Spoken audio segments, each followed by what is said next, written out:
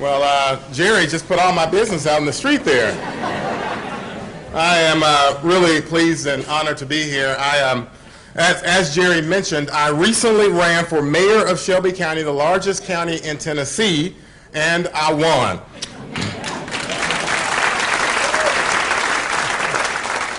So first, I want to recognize my family who is here, my wife, and we have 3 kids, and 2 of my 3 kids are here, and so two out of 3 ain't bad, so thank you for being here. And by the way, I want to say thank God for kids, because surely our children keep us grounded. I had my 40th birthday late last year, and my 10-year-old daughter made me a birthday card, which was very sweet. The top of the card read, "Best Dad," and I loved reading that, but the bottom of the card said, "In the house."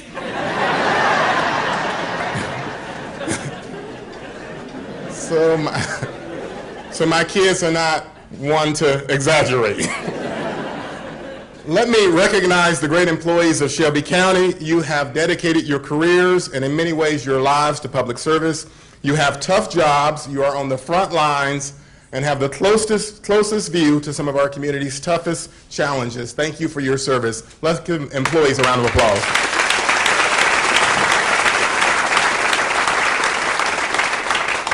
I'd also like to thank the Shelby County Board of Commissioners and their illustrious chairman, Van Turner. Chairman Turner understands that the toughest thing in politics is moving the ball forward. Thank you for your partnership. Let's give him a round of applause. I'd also like to say thank you to Commissioner Mills, Wright, and Ford for their devotion to service and to detail.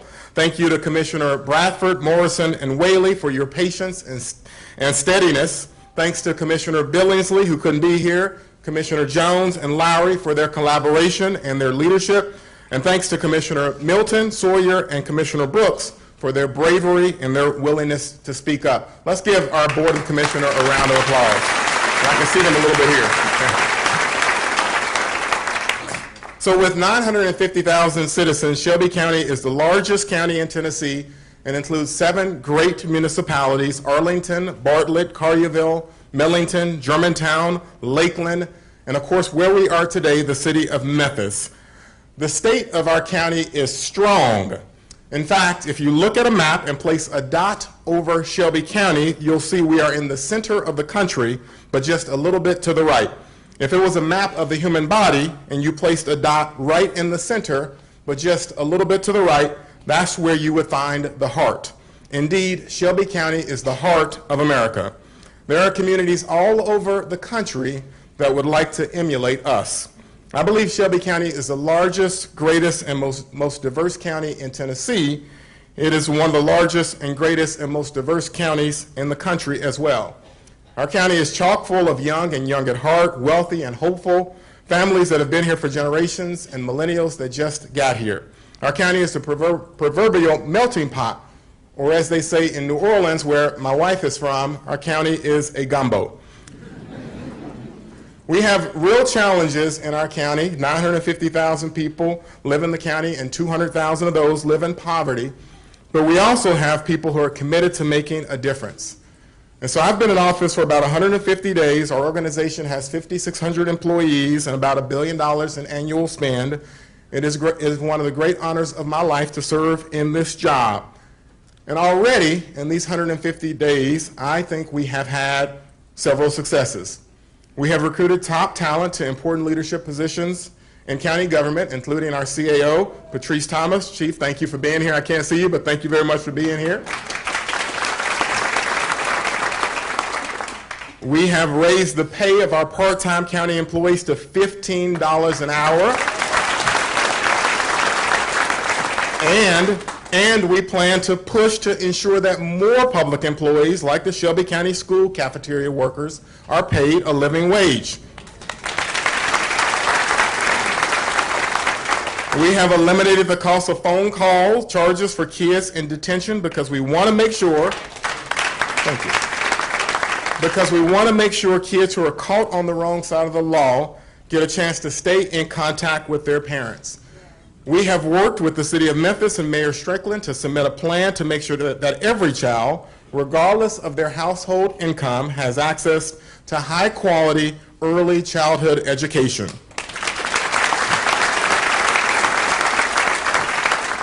And most importantly to me, we've been able to work collaboratively with the Shelby County Board of Commissioners. We've settled the long-running courtroom litigation between the County Commission and the Mayor's office. We've agreed to create a new leadership position to give steady advice to the County Commission, which is another long-standing issue that has now been resolved. So far, we have all worked well together. Now in the future, who knows? We might get angry from time to time. Somebody somewhere might be angry at somebody else right now. But certainly not angry at me. I hope. But on those occasions, we have to focus, we have to wipe the slate clean, and we have to find our way back to working for common cause. So, first, let me say a word about jobs and economic development.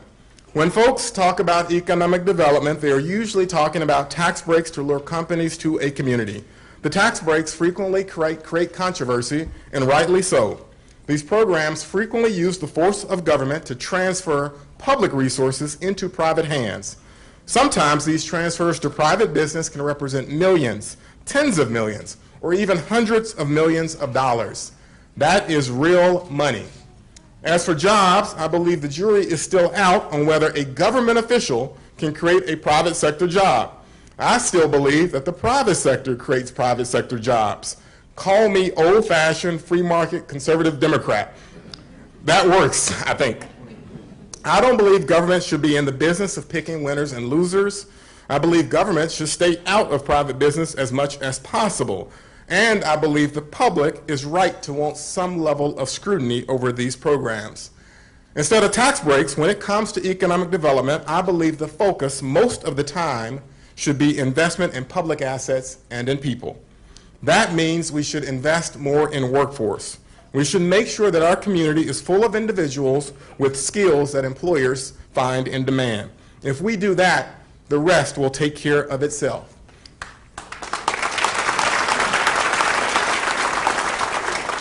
That's why workforce is one of the top priorities of Shelby County government. That's why we're prioritizing the work of WIN and the American Job Center, our effort to help job seekers get a job. In fact, just this week, we opened a third American Job Center in Shelby County. And we will shortly be bringing in new leadership that will set even higher expectations for what we can do to give our citizens the tools they need to succeed in today's workforce. The challenges are clear. There are simply fewer jobs associated with today's high-tech companies like the Googles or the Amazons or Apple. And given the arrival of automation, there are fewer jobs at even low-tech companies. The number of middle-class jobs that are available in the new economy seems to be shrinking. The jobs that are left are going to be won by a specific type of individual, individuals who can add value, individuals who have the right kind of training, who can take on responsibility, and who show initiative. The American Job Center is in the business of making sure job seekers in this community can compete in this new economy. In addition, Shelby County runs an Office of Reentry, which helps ex-offenders who are returning to our community after prison.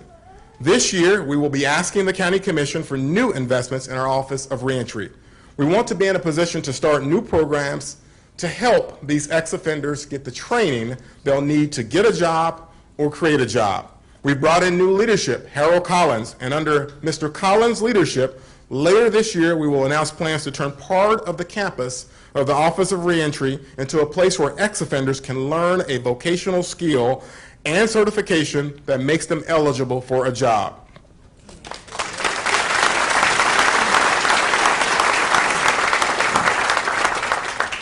And that's just the start. I believe if we make these kinds of investments in workforce, we are likely to see a high return on investment. Related to workforce is public transit. Public transit is one of the most important public assets we have. It's one of the best ways to spur economic development. It's one of the only ways to have a broad impact on the lives of thousands and thousands of citizens in our community. Consider the numbers. About 1 million people go to the Memphis Zoo every year, and it is one of our most famed public assets. About 500,000 visitors go to Graceland in a year, and as a community, we committed over $100 million to build them a new campus. Shelby Farms has 3 million visitors a year. Beale Street, our most popular tourist attraction, has 5 million annual visitors. In terms of impact, however, none of these assets compare to MATA, which has 7 million rides a year and demand for millions more. Thus, if we can increase revenue to public transit, we can change the lives of many, many families. These investments have broad impact, second only to investments in education. Now, as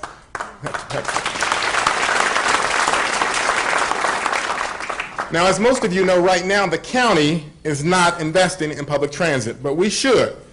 So later this year, I will present a plan to the County Commission and the public that gets the county, if it's approved, invested in public transit for the first time.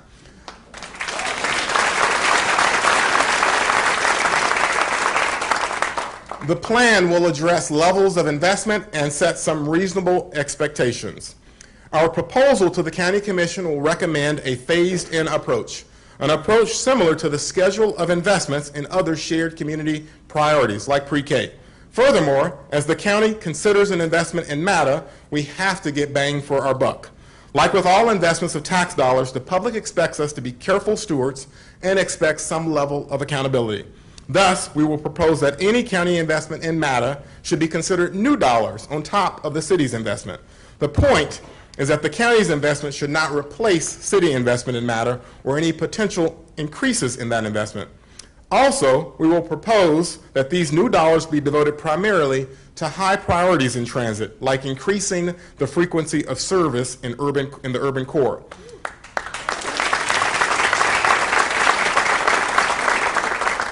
Job seekers should have a realistic chance of taking a bus and getting to work on time and getting back home to have dinner with their family.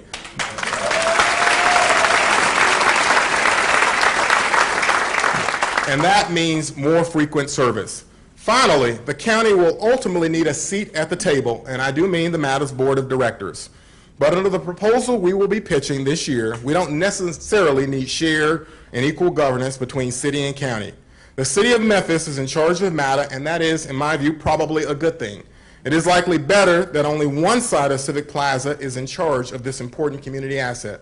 Sometimes I've found when both governments are in charge, that can mean no one is in charge. Important assets atrophy and important opportunities are missed. And thirdly, and we are taking on sprawl, an issue that this community has struggled with for years. We all know that we need to increase our density if local government is going to be able to continue to deliver services cost effectively. In order to increase our density and reduce sprawl, we're going to have to change our mindset. For instance, the previous administration had submitted a very comprehensive plan for delivering sewer service to some of the outlying, underdeveloped parts of our county.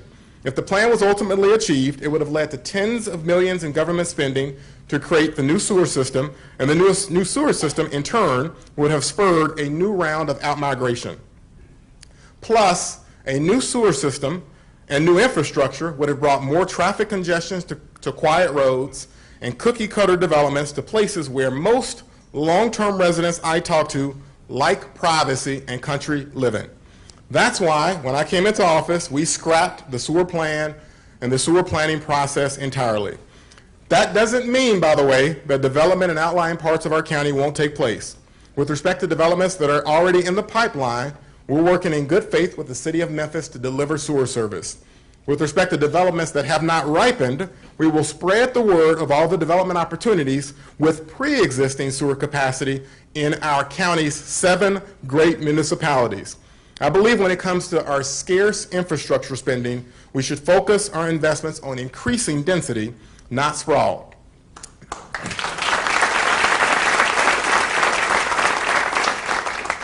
And now let me say a word or two about criminal justice, which has been a major focus of my first 5.5 months in office.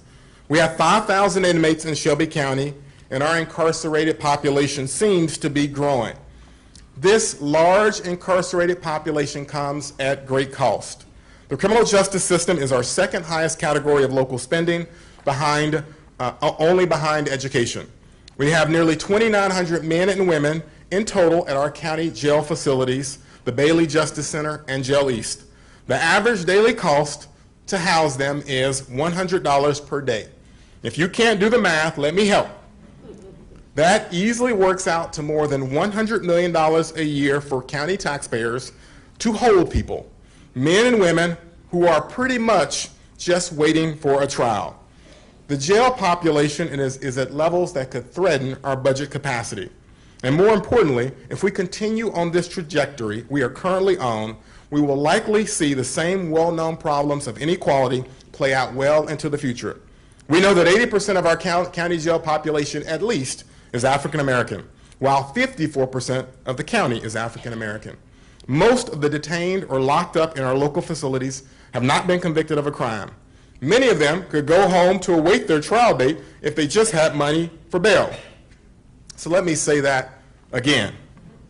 Many of the detainees have already been judged to be no risk to public safety. They stay in our jails because some of them just don't have any money for bail. This means that in many ways we are merely punishing people for being poor.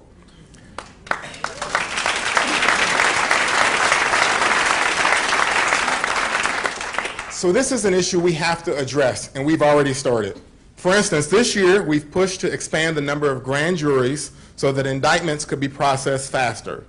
We've also pushed to reduce the number of needless interactions many parts of our community have with law enforcement. For instance, too many of the arrests, interactions with law enforcement are because of driving with a suspended license. Across our state, we know that nearly 600,000 individuals have lost their licenses because of fines and fees that they just don't have the ability to pay. We believe that in Shelby County, there are likely more than 100,000 individuals who have lost their licenses because of unpaid fees and fines that they just don't have the resources to pay.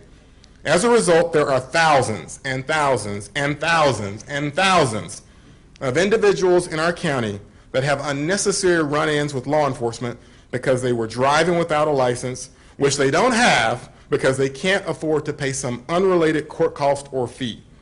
Driving without a license is quietly one of the most important areas of criminal justice reform, and Shelby County will try to do something about it.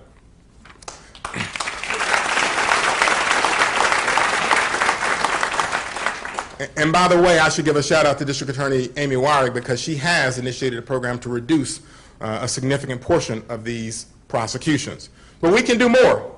That's why we're lobbying state legislators to come up with a solution. One idea is to give our county the ability to issue licenses to residents under special circumstances so that we can see fewer run-ins with law enforcement because of driving without a license. If we get permission from the state, Shelby County is in a position to reinstate thousands of licenses for people who simply lose it because they were too poor to pay for a fine or fee. We can do it at no cost to the state because eliminating this vicious cycle is an important county priority. Imagine if this population is given the means to legally drive their cars to their job or to visit their family without fear of having a run-in with law enforcement or breaking any laws. We're talking about transforming the lives of thousands and thousands of individuals. This is the real work of change, and we can do it.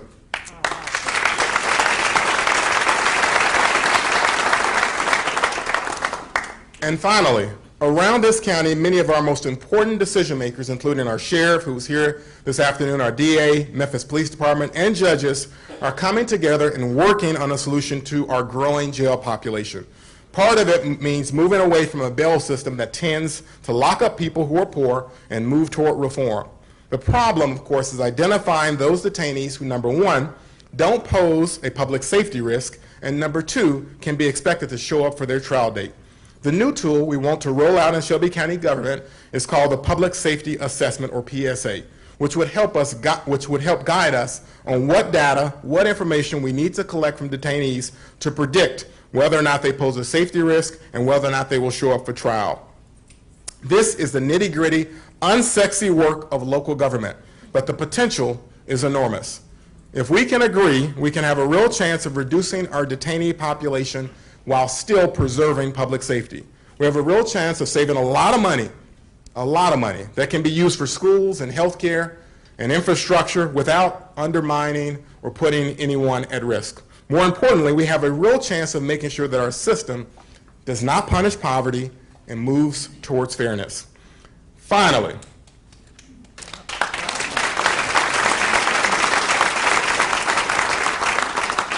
Finally, let me talk about the kids who commit crime. We know that much of the crime in our city is committed by kids and young adults under the age of 25. We also know that while some of our crime statistics are decreasing, the crime committed by kids and young adults seems to be increasing. I believe helping kids who are caught on the wrong side of the law is our moral responsibility. If we don't all follow the same faith tradition, we all still probably agree that it is the right thing to intervene in the lives of young people. I would argue that it's even more important to intervene when you know that the young people are in need. The kids caught on the wrong side of the law have almost always experienced a serious trauma in their childhood. Depending on the nature of their crime, some of these kids end up in our care and custody for 24 hours a day, 7 days a week. We can try to do something, especially when they are in our care and custody. We are responsible for trying to do something. That's why when it comes to kids who commit crime, we're working hard as a county to eliminate detention, and when we have to detain, we're going to focus like a laser on rehabilitation.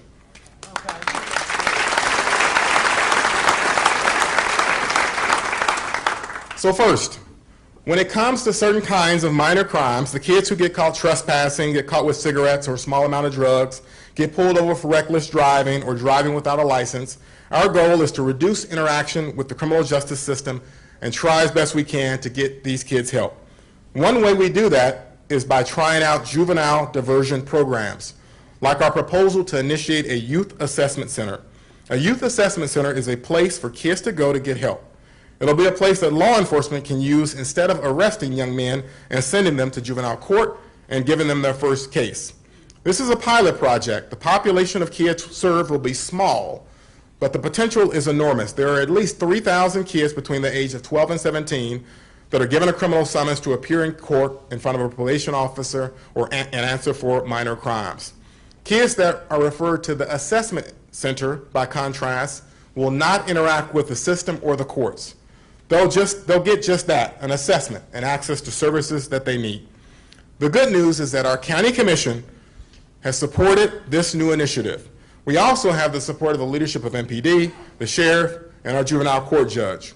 Because of the support from the county commission and these other stakeholders, we have a chance of creating a real alternative to interaction with the system for kids who commit minor offenses.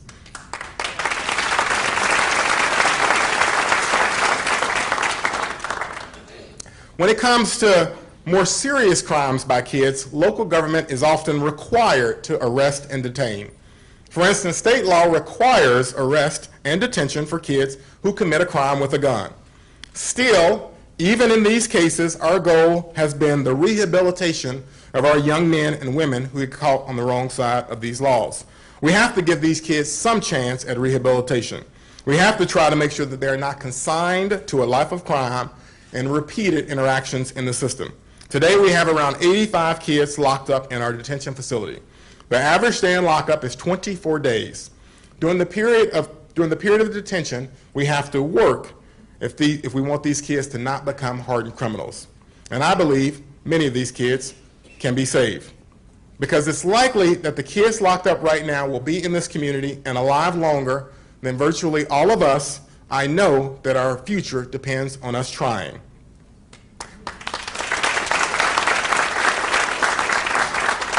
As I mentioned, we have to make sure that the kids in detention have relatively easy access to their parents or guardians. That's our phone call program. We've also got to build a new facility that puts kids on the road to rehabilitation and doesn't turn them into hardened criminals. The condition of incarceration that these kids have to endure right now is unacceptable. They are incarcerated in a facility that was designed decades ago, and the model was detention only. As a result, they don't see anything green, they don't have any real recreational space, they don't have enough classrooms, and the kids in detention can least afford to go without classroom instruction. They don't have enough desks in the housing unit, they don't have windows or access to natural light, they don't have adequate visitation space to visit with their lawyers or parents, they don't have private areas, enough of them to receive medical care. I don't think it's too much to say that many of them go in as children, and because of the condition of their incarceration, they come out as hardened criminals. We need to scrap this old, worn-out building and the detention model that it represents.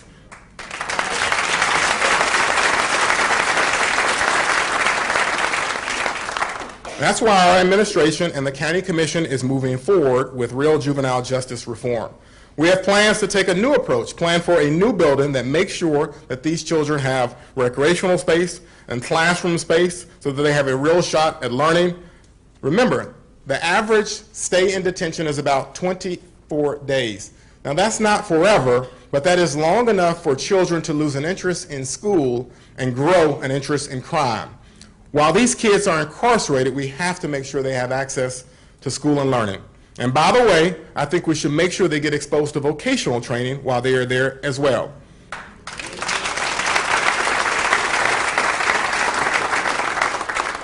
And we have to, and I know this gives some folks jitters, but we have to talk about trying to make sure that the next justice facility we build is smaller than the current facility. The current facility is 135 beds. And the usual strategy in these situations is to build the next facility to be even bigger so it can accommodate more kids. We'll be pushing the idea that the next facility should be smaller, fewer beds, in order to force everyone in this community to begin to look for alternatives to incarceration.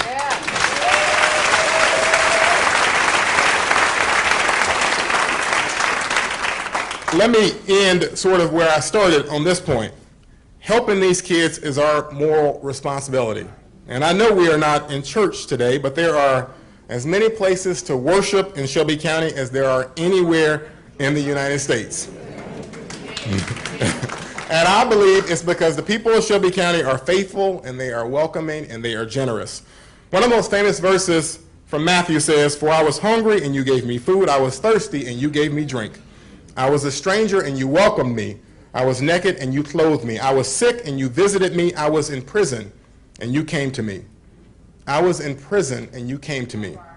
We should not forget about that last part. So February 15th is a good day for a state of the county, and not just because it's Friday and it's payday for county employees. Though both of those are good things. But we should not let stray from our mind that this is also the middle of the month when we celebrate Black history, which is a story of survival and progress and change. When I think of Black History Month, I'm reminded of three things regarding progress and change. First, change and progress often starts at the grassroots. I think of the sanitation workers who went on strike in the 1960s. Those workers weren't led by elected officials. Black History Month reminds me that everybody, anybody, can be an agent of change. The harvest truly is plenteous, but the laborers are few. It reminds me that we have a lot of work to do, and you don't need to be an elected official to move this thing along.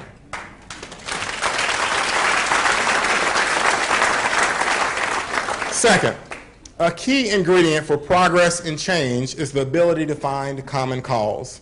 Dr. King was able to build a broad coalition, and that teaches a lesson as well. If you want change, you have to be able to bring different people together.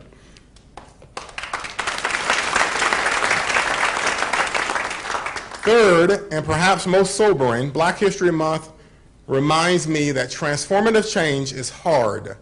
It is slow to come, and when change comes, it likely comes at a very steep price. Dr. King, as we know, was assassinated on April 4th, 1968. Violence erupted across the country. 39 dead, at least 21,000 arrested. According to Newsweek at the time, it was the most violent and widespread wave of social unrest since the Civil War. However, the strike that led to his assassination and the wave of violence did end later that month. The main issue during that strike, the sanitation workers were pushing for 65 cents more an hour. Those workers got 15 cents. I am sure by now I have already said too much. So let me just say thank you. Thank you for your patience and your attention. Thank you for being here. God bless Shelby County, Tennessee. God bless our country. Thank you very much.